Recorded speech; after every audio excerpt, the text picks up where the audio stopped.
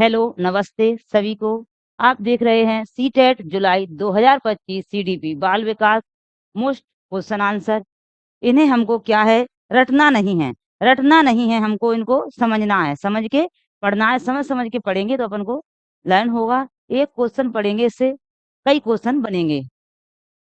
यदि पूर्व ज्ञान यदि पूर्व ज्ञान अनुभव नए प्रकार के सीखने में सहायता करते हैं, उसे कहते हैं। यदि पूर्व ज्ञान व अनुभव नए प्रकार के सीखने में सहायता करता है, तो उसे क्या कहते हैं, ये पूछा है हमको। ये 4 ऑप्शन में से हमको यह बताना है कि हम उसको क्या कहते हैं। प्रशिक्षण स्थानांतरण, सकारात्मक प्रशिक्षण स्थानांतरण, सीखना, या नकारात्मक प्रशिक्षण स्थानांतरण। यदि पूर्व ज्ञान अनुभव नए प्रकार के सीखने में, जैसे हम आपको बताएं, जैसे हमने छोटे में साइकिल चलाना सीखी, आपने छोटे में साइकिल चलाना सीखी और छोटे में साइकिल चलाना सीखी और साइकिल चलाकर फिर आप बड़े हुए और आपने फिर बाइक चलाई।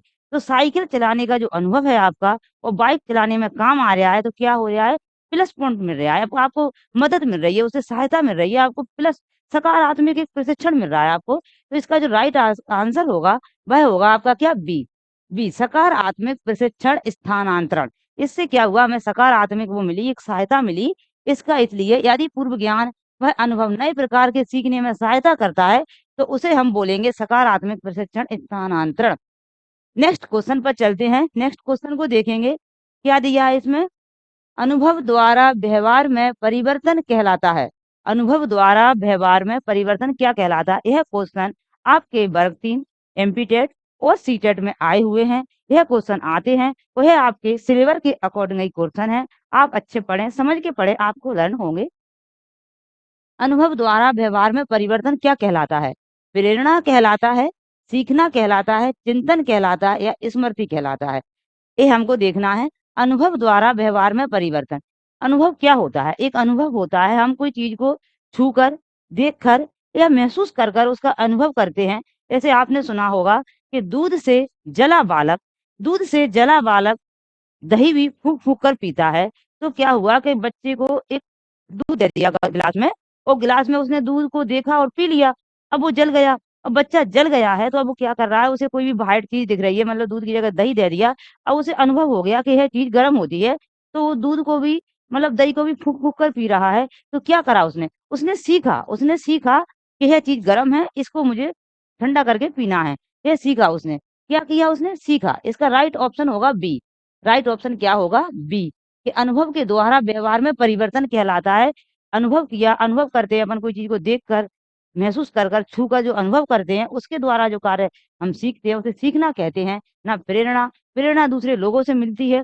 चिंतन दिमाग से सोचकर होता है। स्मृति हमारे अंदर, हम जो चीज को लर्न करते हैं, स्ट्रोक करते हैं, वो स्मृति होती है। इसलिए हम क्या करते हैं, अपने अनुभव से सीखते हैं। इसका राइट आंसर आपका बी है। नेक्स्ट क्वेश्चन पर चलते हैं। कहीं आपको कोई प्रॉब्लम आए, आपको समझ में नहीं आया, आप कमेंट कर कर पूछ सकते हैं कि इस क्वेश्चन का यह आंसर क्यों है, और इसे इस तरह से और समझाया जा सकता था। प्राय लड़कियों गणित में कमजोर होती हैं, यह धारणा है, यह एक धारणा है कि प्राय लड़कियां गणित में कमजोर होती हैं। यह क्या है, यह सत्य धारणा है। एक क्वेश्चन पूछ रहा है, यह सत्य धारणा है, यह लैंगिक पूर्वाग्रह पर आधारित धारणा है, अनुसंधान आधारित धारणा है, उपयुक्त में से सभी। ये आपको बताना है। आप बताओ क्या होता है कि यह एक सोच बना ली है कि लड़कियां ऐसा करती हैं, लड़के ऐसा करेंगे। लड़कियां रोती हैं, लड़के रोगे नहीं। बोलते ना, तुम लड़के हो, तुम तो लड़के हो, क्यों लड़कियों की तरह रो रहे हो। ऐसा तो कुछ नहीं है। जन्म से सब एक से होते हैं, सब समान हड्डी मांस मज्जा के बने हैं, लड़का हो या लड़की हो।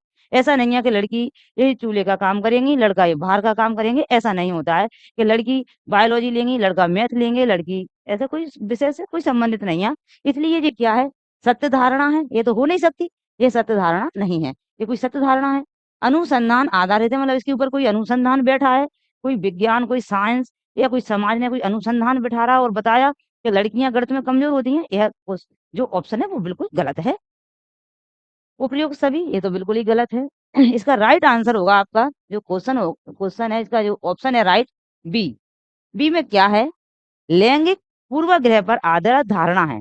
यह एक हमने हमारी समाज ने एक बना लिया है लैंगिक मतलब स्त्रीलिंग, पुरुषलिंग इसमें बना लिया है कि स्त्रीलिंग है, ये पुरुषलिंग है और यह लड़के ये करते हैं, लड़कियाँ ये करती हैं, या लड़के मैथ में होशियार होते हैं, लड़कियाँ मैथ में कमज़ोर होती हैं। ये एक समाज में बनाया हुआ है, एक एक वो जेंडर के ऊपर बनाया हुआ है कि ये जेंडर यह कोई अनुसंधान कोई उससे नहीं बना है। इसलिए इसका राइट ऑप्शन लैंगिक पूर्वाग्रह पर आधारित धारणा है। नेक्स्ट क्वेश्चन पर चलते हैं।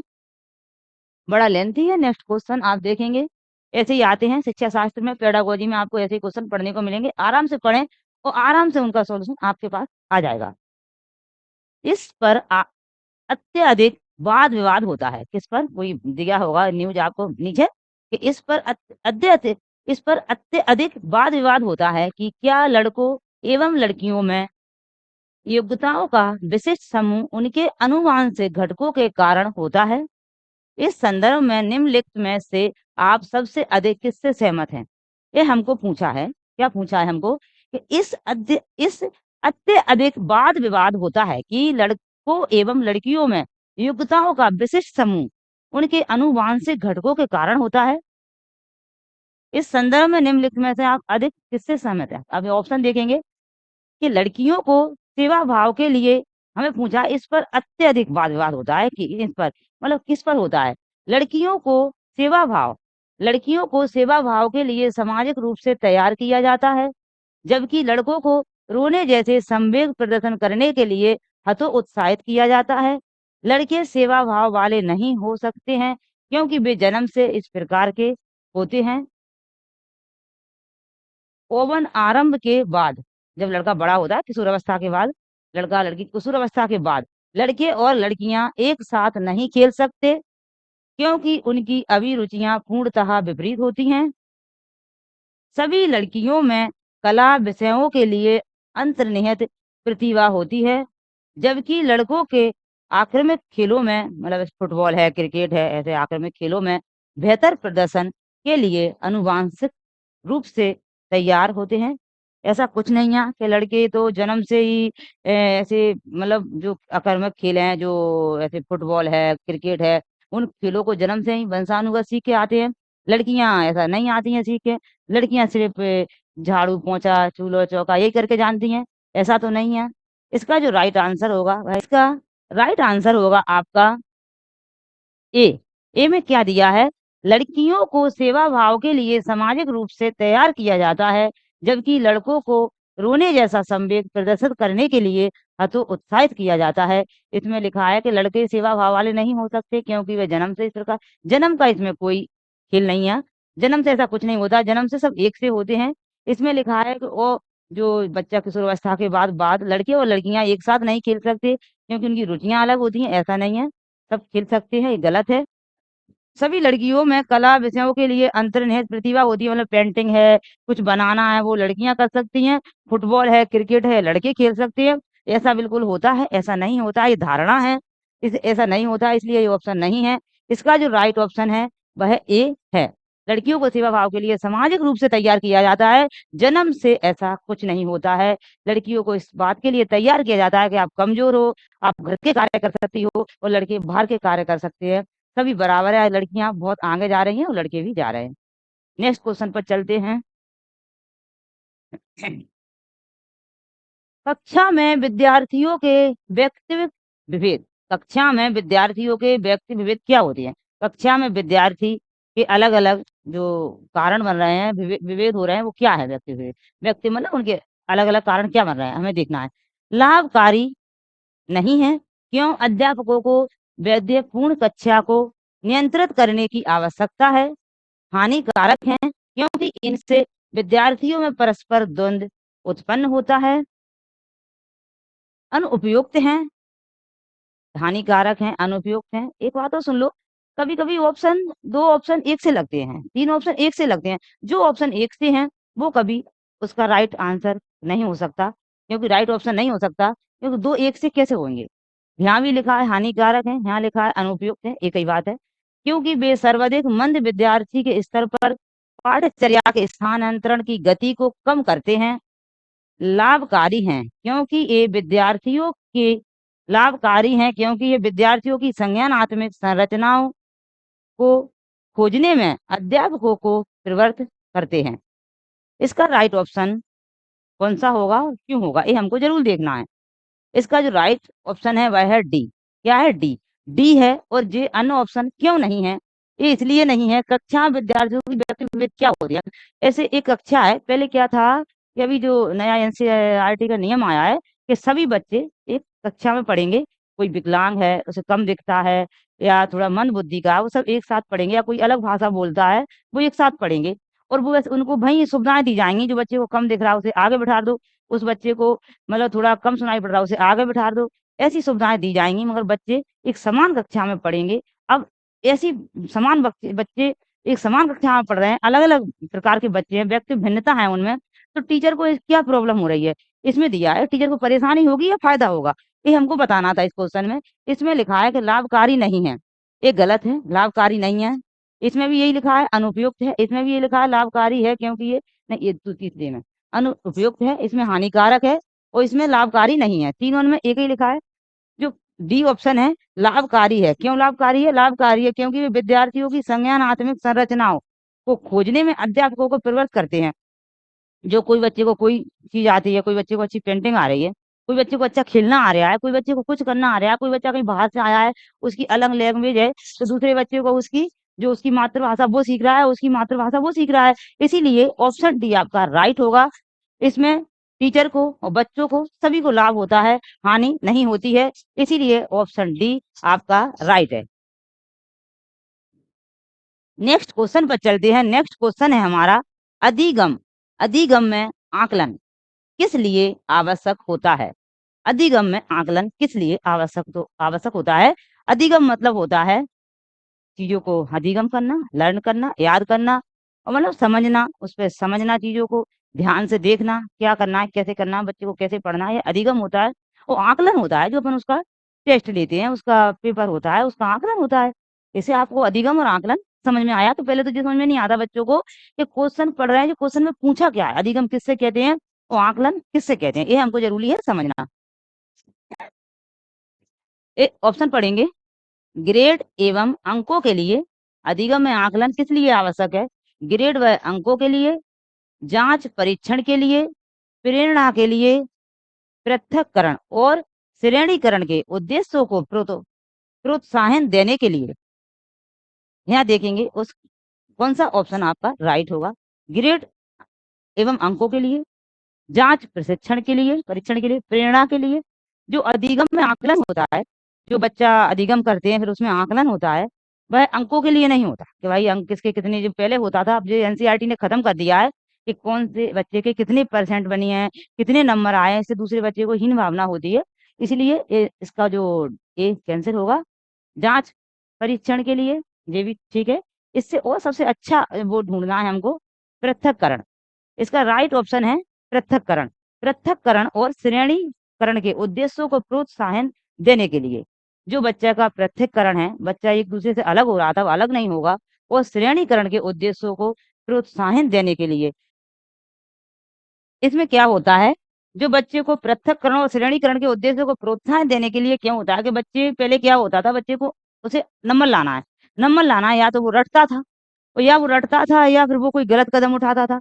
देख रहे पहले बच्चे कहीं चीटिंग ले जाते थे, फर्रे बना-बना के ले जाते थे या फिर किसी में से देखते थे या पेपर, मतलब कोई गलत कदम उठाएगा या वो रटेगा, 2 काम करता था, बस उसे अंक लाना है। अब अंक नहीं लाना, अब ग्रेड का सिस्टम है, तो उसमें क्या है बच्चे के लिए, बच्चे को खेल के, कूद के, डांस के, म्यूज़िक के सभी के नंबर मिलेंगे और उसे 10-10 नंबरों का अंतर है कि आपके 80 से 90 आएँगे या 90 से 100 आएँगे तो ए मिलेगी, आपके 80 से 90 आएँगे तो आपको बी मिलेगी। तो बच्चा सोचता है 1-2 नंबर से तो कुछ होने वाला नहीं है, वो तो सीधा 10 नंबर का है।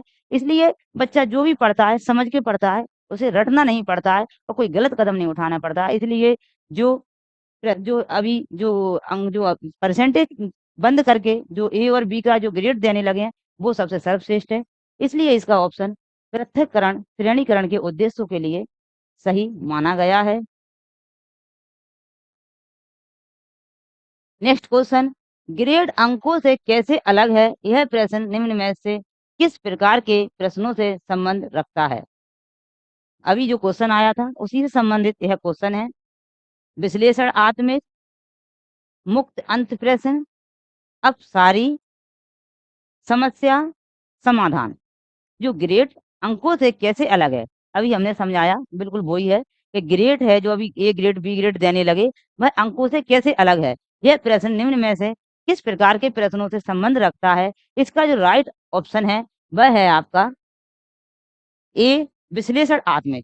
मतलब बच्चा विश्लेषणात्मक का मतलब होता है बच्चा चीज़ को समझता है, उसका विश्लेषण करता है और जब बच्चा वहाँ पढ़ता है, वो ये भी समझाया, उसे रटता नहीं है और कोई गलत काम, चीटिंग वगैरह ये नहीं करता है। मुक्त अंत नहीं है, अपसारी भी नहीं है, समस्या का समाधान नहीं है। यहाँ विश्लेषण कर रहा है बच्चा, ग्रेड में विश्लेषण करता है बच्चा। अंकों से कैसे अलग है? विश्लेषण से अलग है। नेक्स्ट क्वेश्चन पर चलते हैं। नेक्स्ट क्वेश्चन है, व्यक्ति विकास में एक महत्वपूर्ण भूमिका निर्वाह करता है। व्यक्ति विकास में एक महत्वपूर्ण भूमिका निर्वाह करता है।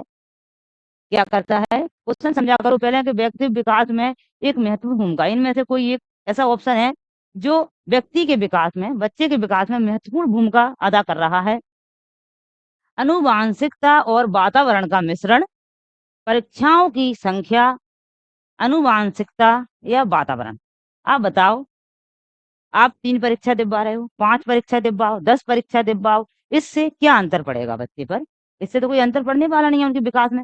जब वो पढ़ेगा, उसकी समझ में आएगा, जब उसपे अंतर पड़ेगा, जब उसपे असर पड़ेगा, उसपे पेपर पे पेपर दिलवाए जाओ, टेस्ट पे टेस्ट दिलवाए जाओ, इससे कोई अंतर नहीं पड़ेगा। आप उसे समझा कैसे रहे हो, वो बच्चा समझ किस प्रकार रहा है, इस बात से अंतर पड़ता है। आनुवांशिकता से तो अंतर नहीं पड़ता है, रॉन्ग है, ये रॉन्ग है। आनुवांशिकता से हमने कह दिया बच्चे पर, बच्चे आनुवांशिकता से इतना असर नहीं पड़ता है, इतना असर बच्चे के पर्यावरण से, एनवायरनमेंट से पड़ता है। और वातावरण, ये 2 ही चीज़ें मिलेंगी, इसलिए ये दोनों गलत हैं। ए ऑप्शन देखो आप, ए राइट ऑप्शन है। आनुवांशिकता और वातावरण का मिश्रण। आनुवांशिकता, एक राजा का बच्चा राजा नहीं बनता, उसके लिए उसे अच्छा माहौल, अच्छा वातावरण, अच्छा स्कूल, अच्छा एनवायरनमेंट, 2 सब चीज़ें उसके लिए बहुत ज़रूरी हैं। इसीलिए यहाँ पर जो ऑप्शन ए है वह राइट है। क्यों राइट है? कि आनुवांशिकता और वातावरण का मिश्रण एक बच्चे के विकास के लिए बहुत ही ज़रूरी है, इसलिए इसका ध्यान दें। नेक्स्ट क्वेश्चन पर चलते हैं। विपन एक दिव्य स्वपन है, विपन एक लड़के का नाम है, दिव्या स्वपन है और पुस्तकों को पढ़ने में रुचि रखता है और गैर मित्रों से अपने विचार व्यक्त नहीं कर सकता है। यह व्यक्ति का कौन सा प्रकार है? पहले एक क्वेश्चन समझो कि बच्चा क्या कर रहा है? पढ़ने में तो अच्छा है, बुकें पढ़ रहा है, किताबें पढ़ रहा है, उनने बोला है वह दिव्य सुपन है। इसका मतलब होता है कि बच्चा कैसा होता है, अपनी बात किसी को बोल नहीं रहा है, कुछ कह नहीं रहा है किसी से। मतलब ऐसा नहीं होता, बच्चे दोस्त बना लेते हैं, छोटी छोटी बातें अपने दोस्तों से करते हैं, वह किसी को दोस्त नहीं बनाता, किसी से कोई बात नहीं करता, पढ़ाई में अच्छा है, पढ़ता है, मतलब किसी से एक मतलब सामाजिक नहीं है, एक बोलता नहीं है, किसी से बात नहीं करता, तो इसका क्या है? पूछा है ना कि पुस्तकों को पढ़ने में व्यक्ति का कौन-सा प्रकार है, ऐसे बच्चे को हम क्या कहेंगे? ये है अंतर्मुखी कहेंगे, मध्यमुखी कहेंगे, खिलाड़ी प्रवृत्ति का कहेंगे और बाह्यमुखी कहेंगे। इसका जो राइट ऑप्शन होगा वह है आपका ए। ए क्यों है? उससे अंतर्मुखी कहेंगे कि वो अपने अंदर ही अंदर सोचता रहता है, अपने अंदर ही अंदर बात करता रहता है, वह किसी से बाहर बात नहीं करता, इसलिए इसका राइट ऑप्शन होगा अंतर्मुखी। और जो बच्चा बाहर बोलता है, हर बात बाहर बोलता है, वह होता है बाह्यमुखी। जो खेलता है वो खिलाड़ी प्रवृत्ति का, और जो 2 ही कार्य करता है वो, जो उसे बोलना है वो बोलता है और जो जब नहीं बोलना तो नहीं बोलता, मतलब सोच समझ के सही रहता है, तो वह होता है मध्यमुखी। इसका जो राइट ऑप्शन है वो आपका ए ही होगा, अंतर्मुखी। नेक्स्ट क्वेश्चन पर चलते हैं। विद्यालय में नियमित उपस्थिति के लिए वंचित बच्चों को प्रोत्साहित करने का निम्नलिखित में से कौन सा तरीका सर्वाधिक उपयुक्त होगा? विद्यालय में नि विद्यालय में नियमित उपस्थिति के लिए क्या कह रहे हैं कि विद्यालय में ऐसा कौन सा तरीका हम अपनाएं कि बच्चे नियमित स्कूल आएं, बच्चे छुट्टियां ना करें, बच्चे छुट्टी ना मनाएं। पहले तो बच्चा पढ़ेगा जब वह नियमित स्कूल आएगा, बच्चा नियमित स्कूल आए, उसके लिए कौन सा तरीका सही होगा, अब आपको पढ़ के पता चल जाएगा। विद्यालय द्वारा बच्चों को एकत्रित करने वाले एक व्यक्ति को नियुक्त किया जाए जो प्रतिदिन घरों में बच्चों को में लेकर आए। ऐसा होगा क्या? एक आदमी करो या कोई चपरासी या कोई करो, वो रोज घर घर जाए, बच्चों को लेकर आए। दूसरा, बच्चों को आकर्षित करने के लिए प्रतिदिन 5 रुपए देना चाहिए। बच्चों को विद्यालय आने की अनुमति ना देने को कानून दंडनीय अपराध बनाया जाए। आवासीय आवासीय विद्यालय खोलना। ये चारों में से हमें कौन-सा ऑप्शन सही लग रहा है? आप पढ़ोगे तो आप खुद ही बता दोगे, क्या आपने सीडीपी कभी ना पढ़ी हो। विद्यालयों में बच्चों को एकत्र करने के लिए एक व्यक्ति लगाया जाए, ऐसा नहीं लगा सकते, रॉन्ग है। बच्चों को आकर्षित करने के लिए प्रतिदिन 5 रुपए पुरस्कार देना अच्छी बात नहीं है प्रतिदिन। बच्चों को विद्यालय आने की अनुमति देने के लिए बच्चों के लिए कोई भी कानून नहीं बना सकते, दंडनीय बिल्कुल नहीं। अभी एनसीईआरटी में क्या कहा है, बच्चों को बिल्कुल प्यार से पढ़ाना है, किसी प्रकार का अपशब्द भी नहीं बोलना, डाँटना नहीं है और मारना तो बहुत बड़ी बात है, मारना तो बिल्कुल नहीं है। इसलिए ये भी गलत है। राइट इसका ऑप्शन है डी।